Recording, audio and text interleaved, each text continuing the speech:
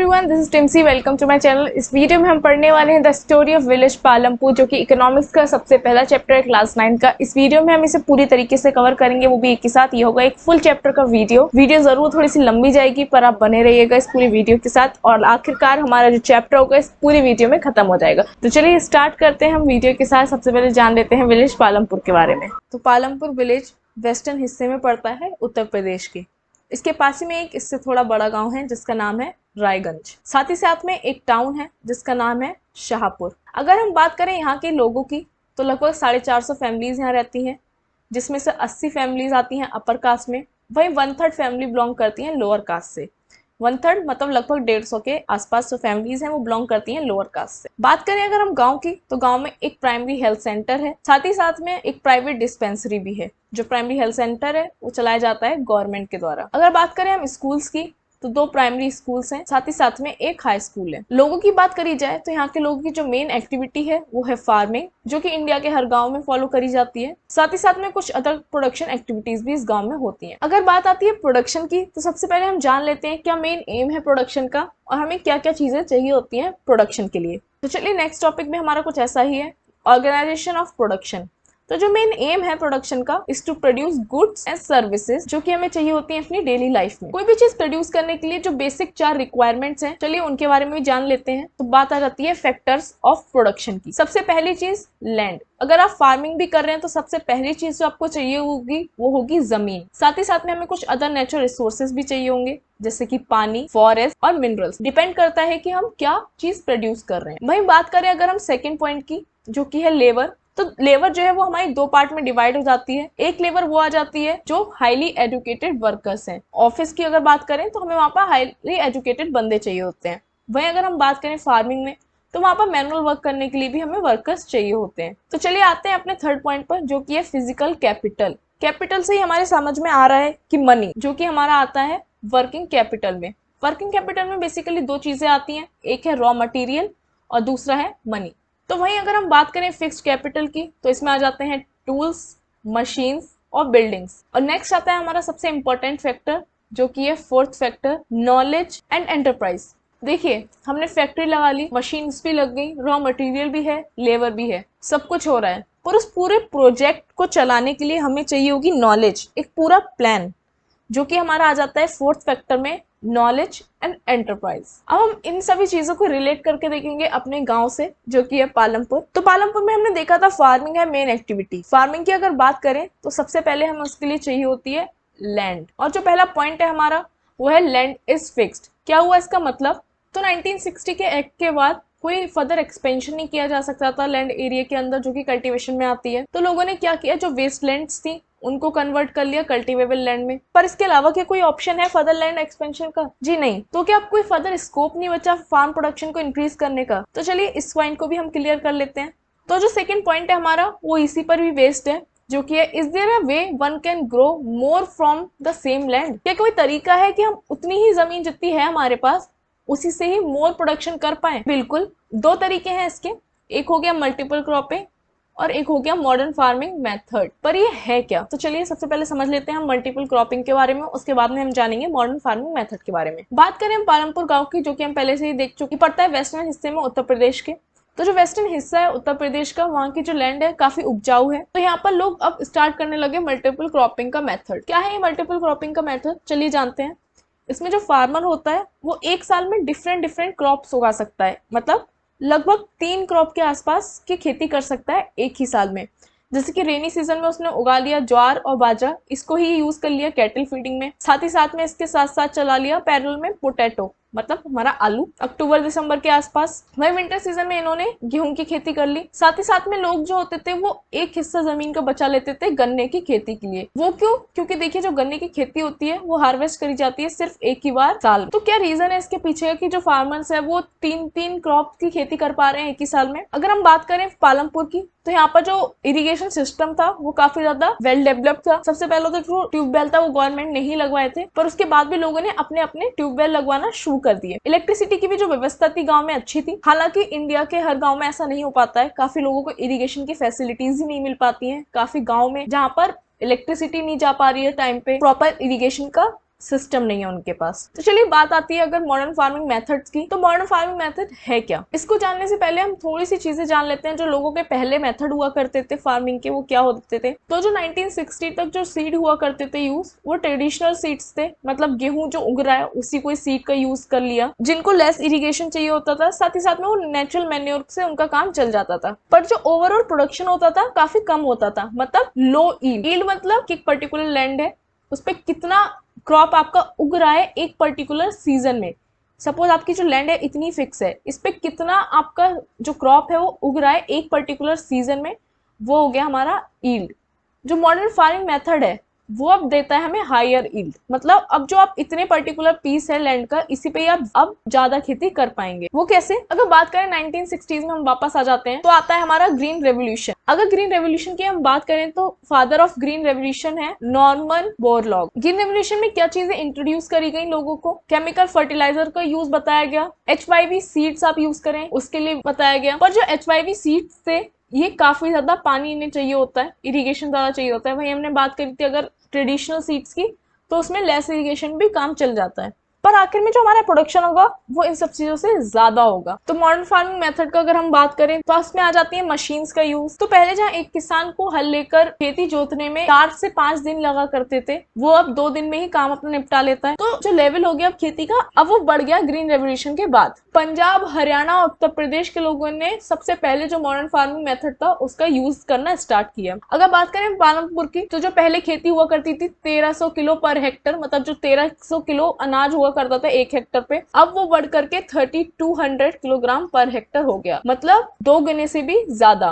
पर आप खुद बताइए, जब आप लैंड का यूसेज एक्सेस में करेंगे, कोई भी चीज एक्सेस में नुकसानदायक होती है, तो सेम यही हुआ ग्रीन रेवोल्यूशन में, अनाज ज्यादा मिलने लग गया, पर जो लॉस हुआ सॉइल फर्टिलिटी का केमिकल फर्टिलाइजर्स के यूसेज के बाद वो ज्यादा हो गया। तो तीसरा पॉइंट हमारा यही है कि will the land sustain, land वैसे की वैसी ही रही, बिल्कुल नहीं, लैंड हमारी वैसी की वैसी नहीं रही। जो सॉइल फर्टिलिटी थी हमारी वो कम होने लग गई due to the increase in usage of chemical fertilisers. लोग ट्यूबवेल चला करके छोड़ देते हैं, तो उसकी वजह से जो पानी का लॉस हमें देखने को मिला। तो सिंपल सी बात है, हर किसी का एक्सेस में यूज जो है नुकसानदायक है। ग्रीन रेवोल्यूशन आया, फायदा भी हुआ लोगों को, पर साथ ही साथ में वो काफी सारी प्रॉब्लम्स पे लेकर के आया। तो देखो, हमने देखा था कि फार्मिंग हो रही थी मेन एक्टिविटी पालमपुर में, तो फार्मिंग के लिए सबसे ज्यादा इंपॉर्टेंट जो चीज होती है वो होती है लैंड। तो अब हम देखेंगे कि लैंड कैसे डिस्ट्रीब्यूट थी among the farmers of Palampur. देखो, हमें पता है 450 फैमिली थी पूरे पालमपुर में, जिसमें से 150 फैमिलीज ऐसी थी जिनके पास खुद की लैंड ही नहीं हुआ करती थी, इसमें ज्यादातर आते दलित्स। तो वहीं अगर हम बात करें तो 240 फैमिली ऐसी थी जिनके पास लेस देन 2 हेक्टर, मतलब स्मॉल पीस ऑफ लैंड हुआ करता था जिसपे वो खुद की खेती करा करते थे, और उस पर जितना भी प्रोडक्शन होता था वो उनकी फैमिली के लिए ही हो पाता था, बस अर्निंग्स उससे जीरो हुआ करती थी। तो वहीं अगर हम बात करें 60 फैमिलीज की, तो इनके पास बहुत ज्यादा जमीन, बहुत ज्यादा मतलब मोर देन 2 हेक्टर हुआ करता था, और कुछ कुछ तो ऐसे लोग थे जिनके पास 10 हेक्टर से भी ज्यादा की लैंड हुआ करती थी। ज्यादातर जो इसमें बिलोंग करते थे इन 60 फैमिलीज में लोग थे, वो थे रिचर सेक्शन और मीडियम सेक्शन का। तो आप इस पिक्चर से पूरा समझ सकते हैं कि कैसे लैंड डिस्ट्रीब्यूट था पालमपुर में। तो देखो, हमने देखा था जो फैक्टर्स थे प्रोडक्शन के, उसमें सबसे पहले जो चीज थी वो थी लैंड, पर सिर्फ लैंड ही नहीं थी। सेकंड था हमारा लेबर, जो कि इंपॉर्टेंट रोल प्ले करती है किसी भी प्रोडक्शन में। फार्मिंग की अगर हम पर्टिकुलरली बात करें तो फार्मिंग में काफी ज्यादा मेहनत लगती है। तो चलिए बात आती है कि अब जो पालमपुर है उसमें जो लेबर का काम है वो कौन करेगा। तो देखो, हमने देखा था कि कुछ फैमिलीज ऐसी हैं जिनके पास काफी छोटा पीस ऑफ लैंड है और उस पर वो खेती करते हैं खुद की फैमिली के लिए। तो वो जैसे फार्मर्स हुआ करते थे, स्मॉल फार्मर्स, वो क्या किया करते थे कि अपनी फैमिलीज के साथ उतनी ही जमीन पे खेती किया करते थे और खुद ही का काम खुद से निपटा लेते थे। वहीं अगर हम बात करें मीडियम सेक्शन के जो फार्मर्स हुआ करते थे या जो लार्ज सेक्शन के फार्मर्स हुआ करते, वो क्या किया करते थे, वो लेबर हायर किया करते थे। अब ये लेबर का काम कौन करेगा, तो देखो ये बेसिकली 2 पार्ट में डिवाइड हो जाएगी हमारी। एक तो वो जिनके पास लैंड नहीं है, जो फैमिलीज जिनके पास लैंड नहीं है। दूसरा वो जिनके पास स्मॉल पीस ऑफ लैंड है, उस पर जितना भी वो प्रोडक्शन कर रहे हैं, जितना भी वो क्रॉप उगा रहे हैं, वो उनके खुद की फैमिलीज के लिए हो जाएगा। पर अर्निंग्स, कुछ हमें पैसा भी चाहिए होता है। तो अब ये फार्मर्स क्या करते हैं, बड़े किसान जो होते हैं इनके यहाँ काम करके पैसे अर्न करते हैं। जो भी उगाया करते थे, जो भी प्रोडक्शन किया करते थे, उनका कोई राइट नहीं हुआ करता था कि जो अगर सपोज करो उन्होंने गेहूं उगाया, लेबर आई, काम वाम किया, गेहूं वगैरह की खेती करी और गेहूं उग के तैयार हो गया, पर जो गेहूं पर हक होगा वो सिर्फ जिसकी जमीन है उसका हुआ करेगा, इनको मिलते थे वेजेस। तो ये दो तरीके से मिला करती थी, एक तो ये कि तुम रोज आओ, रोज अपना पैसा लो और जाओ। दूसरा ये कि जो लार्ज फार्मर्स हुआ करते थे वो इनको हायर कर लिया करते थे एक पूरे साल के लिए या एक पर्टिकुलर पीरियड ऑफ टाइम के लिए। तो चलो पालमपुर की स्टोरी पे वापस आते हैं। तो देखो स्टोरी स्टार्ट होती है दाला से। दाला एक लैंडलेस फार्म लेबरर है। ये डेली वेजेस पे काम करते हैं और इनको काम की तलाश में रोज निकलना पड़ता है। अगर हम बात करें डेली वेजेस की, जो गवर्नमेंट है उन्होंने फिक्स कर रखे हैं कि 300 रुपए पर डे, पर दाला जो है वो 160 रुपए पे काम करते हैं, 160 रुपीज पे काम कर लेते हैं, क्योंकि काफी ज्यादा कॉम्पिटिशन है,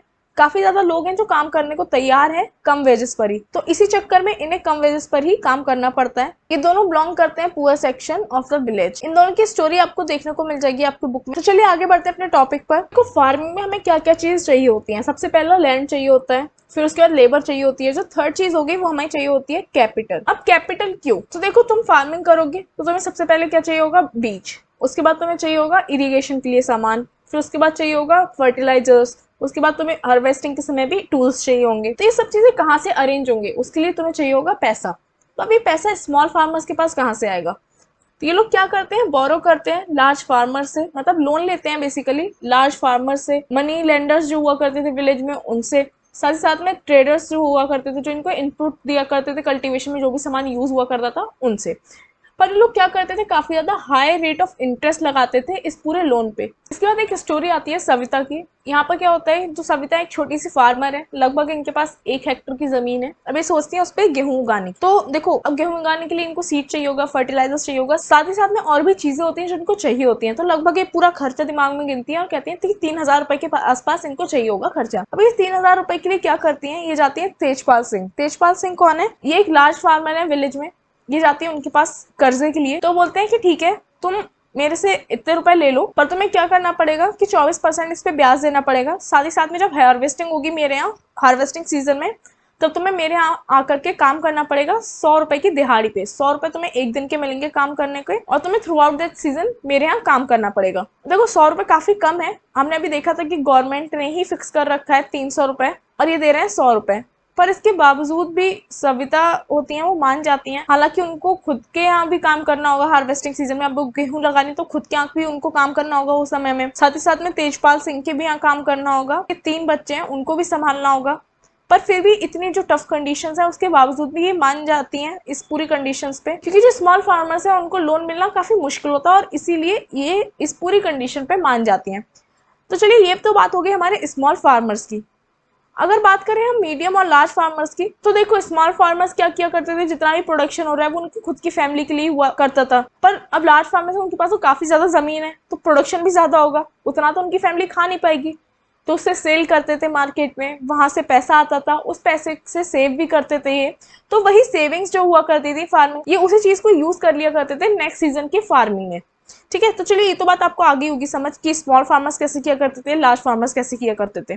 तो देखो अभी मैंने बात करी थी सेल करने की, कि जो फार्मर्स है मीडियम और लार्ज फार्मर्स, इतना बड़ा लैंड है उनके पास, तो प्रोडक्शन भी अच्छा खासा होगा, तो सभी तो वो रख नहीं पाएंगे अपनी फैमिली के लिए। तो पहला क्या करेंगे, वो अपनी फैमिली के लिए रख लेंगे। पर जो बचा हुआ अनाज होगा उसको क्या करेंगे, ये लोग सेल कर देंगे। पर स्मॉल फार्मर्स क्या हुआ करते थे, उनका प्रोडक्शन ही बहुत कम हुआ करता था, तो वो क्या करते थे, अपनी फैमिलीज के लिए बचा करके रखा करते थे। अब अगर हम बात करें मीडियम फार्मर्स की, तो ये बेच रहे हैं, ये कहाँ बेचेंगे, ये सप्लाई करेंगे ट्रेडर्स को। मतलब ऐसा होगा, एक गांव है, उसमें सपोज करो कि 2 या 3 ट्रेडर्स हैं। गांव के जो बड़े फार्मर्स हैं, 60 फैमिलीज हैं, तो 60 की 60 तो एक ही बंदे के पास जाएंगी नहीं, फिर क्या करेंगे, सबके पास जाएंगी, जो अच्छा दाम देगा उसे बेच देंगी। तो ट्रेडर्स हुआ करते थे, अनाज लिया करते थे इनसे, उनको जाकर के बेचा करते थे शॉपकीपर्स, जो कि सिटीज में हुआ करते थे, टाउन्स में हुआ करते थे, उनको। नेक्स्ट हमें एक स्टोरी देखने को मिलती है, स्टोरी ऑफ तेजपाल। तो क्या है ये स्टोरी? बिल्कुल सेम स्टोरी जो मैंने आपको पीछे एग्जाम्पल दिया, कि तेजपाल है, उनके पास काफी बड़ी जमीन है, प्रोडक्शन हुआ, एक हिस्सा उन्होंने रख लिया अपनी फैमिली के लिए, तो जो बचा हुआ अनाज हुआ उसका क्या किया, इन्होंने बेच दिया मार्केट में, वहां से पैसा आया, उसमें से सेव कर लिया। अब वो उस पूरे पैसे को यूज करेंगे अपने नेक्स्ट सीजन की फार्मिंग में।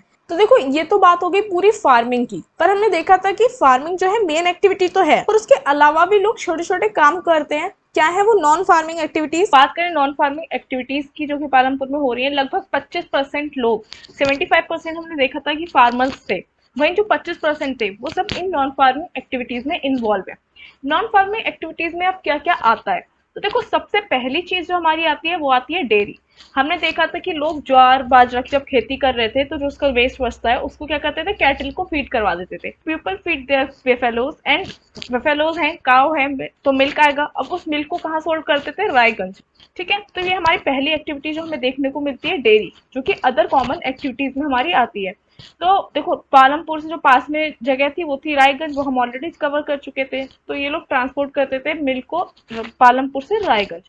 अब देखो ट्रांसपोर्टेशन, ट्रांसपोर्टेशन के लिए भी लोग अब एक बिजनेस होगा जो कि अभी हम आगे देखेंगे। पहला एग्जांपल हमारा क्लियर हो गया कि डेयरी एक्टिविटीज। ठीक है, अब देखो सेकेंड एग्जांपल की अगर हम बात करें तो लोग स्मॉल स्केल मैन्युफैक्चरिंग किया करते थे, अपने घर में ही उन्होंने कुछ ना कुछ कर लिया होता था, छोटा मोटा बिजनेस चालू कर लिया या फिर कोई मशीन लगा ली, तो वो सब चीजें भी इनके अदर नॉन फार्मिंग एक्टिविटीज में आ जाती हैं। अगर हम एग्जांपल लें पालमपुर के विलेज की ही, तो मिश्रीलाल है।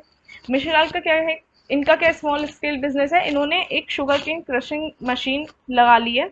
पहले जहाँ लोग जो उनका ट्रेडिशनल मेथड हुआ करता था वो फेलोज का वगैरह से देखते हम, ये उनका हुआ करता था ट्रेडिशनल मेथड। ठीक है, ये वाला जो आप देख रहे हैं ये ट्रेडिशनल मेथड, ऐसा एक लकड़ी का बना हुआ करता था जिसमें गन्ना जाता था अंदर, और जो काव ये बुफेलो बांध दिया करते थे जो इस तरीके से घूमते थे, और गन्ना हमारा क्रश हुआ करता था। वही अब क्या हो गया, अब लोगों ने मशीन्स लगाना चालू कर दी, और यही एक मशीन लगाई मिश्रीलाल ने।